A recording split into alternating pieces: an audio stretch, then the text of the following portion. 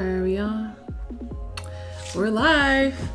Hello everyone, my name is Dr. Kole-James, pharmacist and founder of Fun on the Farm. Thank you for joining me on day 23 of our 30-day September challenge for mastering positive change. We made it! We made it to the end of week 3, mastering positive change in our relationships. Thank you for joining me this evening. We are streaming live to my Facebook page, Fun on the Farm, and my YouTube channel, Dr. Kole-James. If you have not yet, put your name and email in the study guide below this email, below this link, and download the study guide so you can follow along on this wonderful journey with me. Thank you for joining. And if you have any questions, any comments, post it down below. And hopefully during the stream, I'll be able to check it. If anyone knows, I've been having some streaming issues, but we're gonna make it work. So once again, thank you for joining me. We've made it to the end of week 3. It's time to celebrate the wins. And that's what we've been doing every Saturday in the month of September at 9:30, where I have been here with you every single day at 9:30 in the month of September for free, my friends on the farm. So thank you for joining me this evening. I appreciate your time. Week 3, it was all about relationships, how we interact with the people in our lives, whether it's our spouse, our partners, our family, our children. These are all about relationships. The key to happiness are relationships. The key to living longer. And I'm gonna black my face out.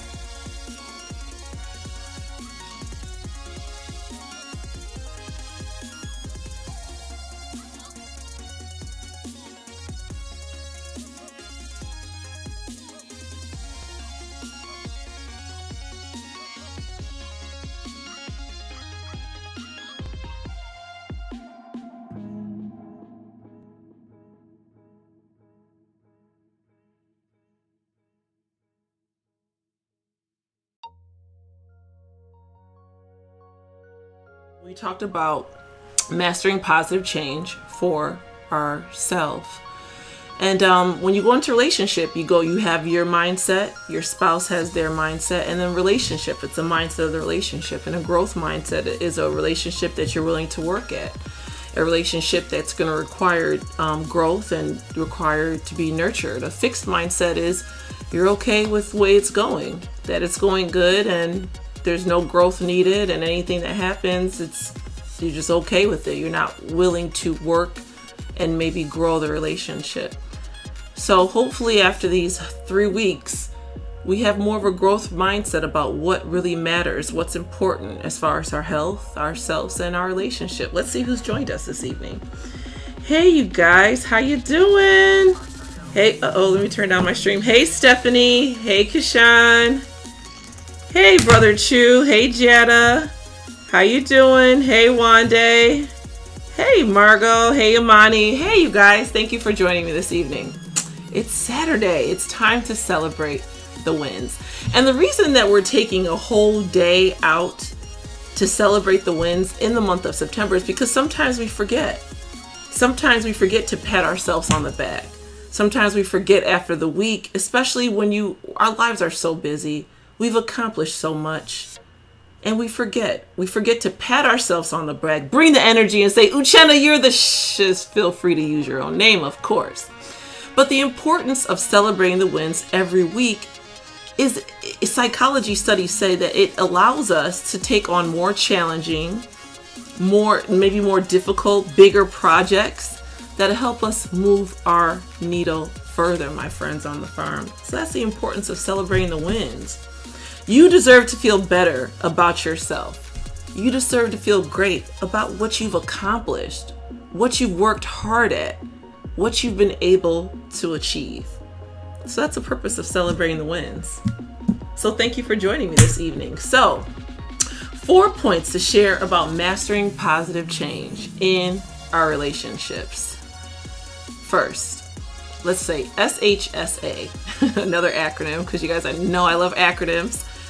S, Stop competing. You're like, oh, who's smarter? Who's more handsome? Who's has more friends? Who's more talented? Who's the likable one? The bottom line is, if she is dumb, that's your fault. If he is not as talented as you would like him to be, or don't have the skills that you feel like he needs to grow, that's your fault. It's not he, it's not she, it's we. And that's why we have to help each other to win. And that's the H. Help each other to win. S is to serve. And we talked about that as far as having a Christ-centered relationship. We have to serve one another. We want the best for our spouse. We marry them for life. So in order to cultivate the relationship, we have to be able to serve each other. And ask for things again, my friends on the farm. I mean, you're like, a lot of times in relationships, especially relationships that you've been in over a while, we forget. We're like, oh, they know what I want. Oh, he should know what I need. She should know that I want this. No, it's important to ask your partner, ask your spouse, ask your loved one what you want. I mean, do you need help with the kids? Do you want more sex? Do you want dinner served? I mean, like, you have to make sure you ask your spouse what they want. Don't just expect your spouse to know. We got to ask for things again. It's very, very important to ask for things again instead of having those expectations of what our spouse or what our partner should know, especially because we're busy. We forget. I mean, a lot of times you tell your partner something on Thursday, by Friday they might have already forgotten. And it's not intentional. It's not like, oh, they meant to forget. No.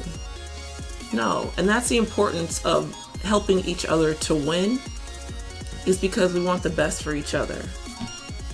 Don't forget to ask for things again. Okay, my friend, over and over, do this over and over. Consistency is mastery. And that's why we're mastering positive change in our health. And that was from week 1, our self. That was all about week 2, and our relationship. That's week 3. Next week, we're going to summarize it and bring it all together, full circle, my friends on the farm. If you did not check out those videos from week 1, week 2, and week 3, make sure you go to my YouTube channel, Dr. Kole-James.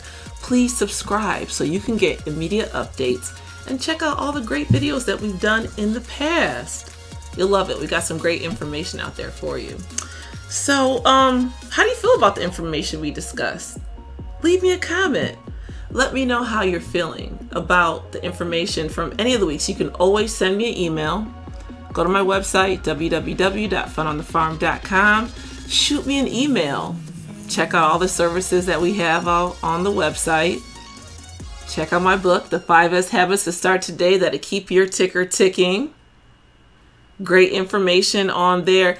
And if you have not scheduled your RX Power Hour, make sure we do that too. We talked about the different drugs for week 1 as far as health, exercise drugs.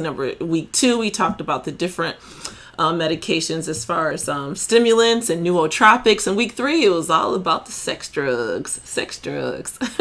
So if you have any questions about your medication regimen, make sure you schedule your RX Power Hour with me. It's a comprehensive review. All that information is on my website.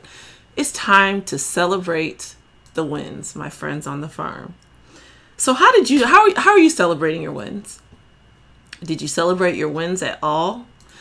2 ways to make sure that you celebrate your wins each and every week. Number 1, it has to be on the calendar. And you know I'm a big fan of calendaring everything out. I think everything should be on the calendar. You put your growth goals on there. You put your to-do list on there. You have to put your time to celebrate on the calendar, my friends on the farm. That's ensuring that you're getting stuff done, that you're able to applaud yourself and give yourself praise, especially everybody needs praise. You got to pat yourself on the back, my friends on the farm. It's so important. What did you accomplish this week? What were you great at? Was it that presentation that you just nailed, that you rocked out at your job? Or was it you didn't yell at your kids on Tuesday? Whatever it was, you got to celebrate that, because it's important to track your growth and to see how we can do better and just to see where we were great at. You got a calendar out celebrating the wins. Where were you good at? Second way to make sure that you celebrate the wins is you got to share your wins with your friends and your family. Does your spouse know about what you rocked out at this week? Celebrating the wins and sharing that with your friends and your family allows you guys to celebrate each other and to lift each other up. It's a way of connecting with each other. And it's an awesome practice that I implore you guys to do each and every week. At our family, we have our Sunday reset. On Sunday, we regroup. We celebrate everything that we've done, and we plan for the activities for the following week. That's the time that we're packing lunches, making sure the snacks and the homework's done, making sure all the laundry's taken care of. And that's the time that we're able to, in addition to celebrating the wins, plan our schedules and sync our schedule up for the following week. And it's really important as a family to do that so you guys are all synced up and you're able to communicate the different activities that you may have the following week. It's called the Sunday practice. Sunday reset. When do you do your Sunday reset? And that's our Sunday practice. Do we do our Sunday reset? When do you do yours? All right, my friends on the farm, let's take some questions. Hello, hello, hello. Stephanie, Juliet, Emmanuel, Veronica, thank you guys for joining me this evening. Okay. In the building. Hey, so the fruits of the Spirit. The question is, how do you incorporate the fruits of the Spirit in your relationship? So I'm going to put that slide up. I don't think I showed that today. These are the fruits of the Spirit. Love.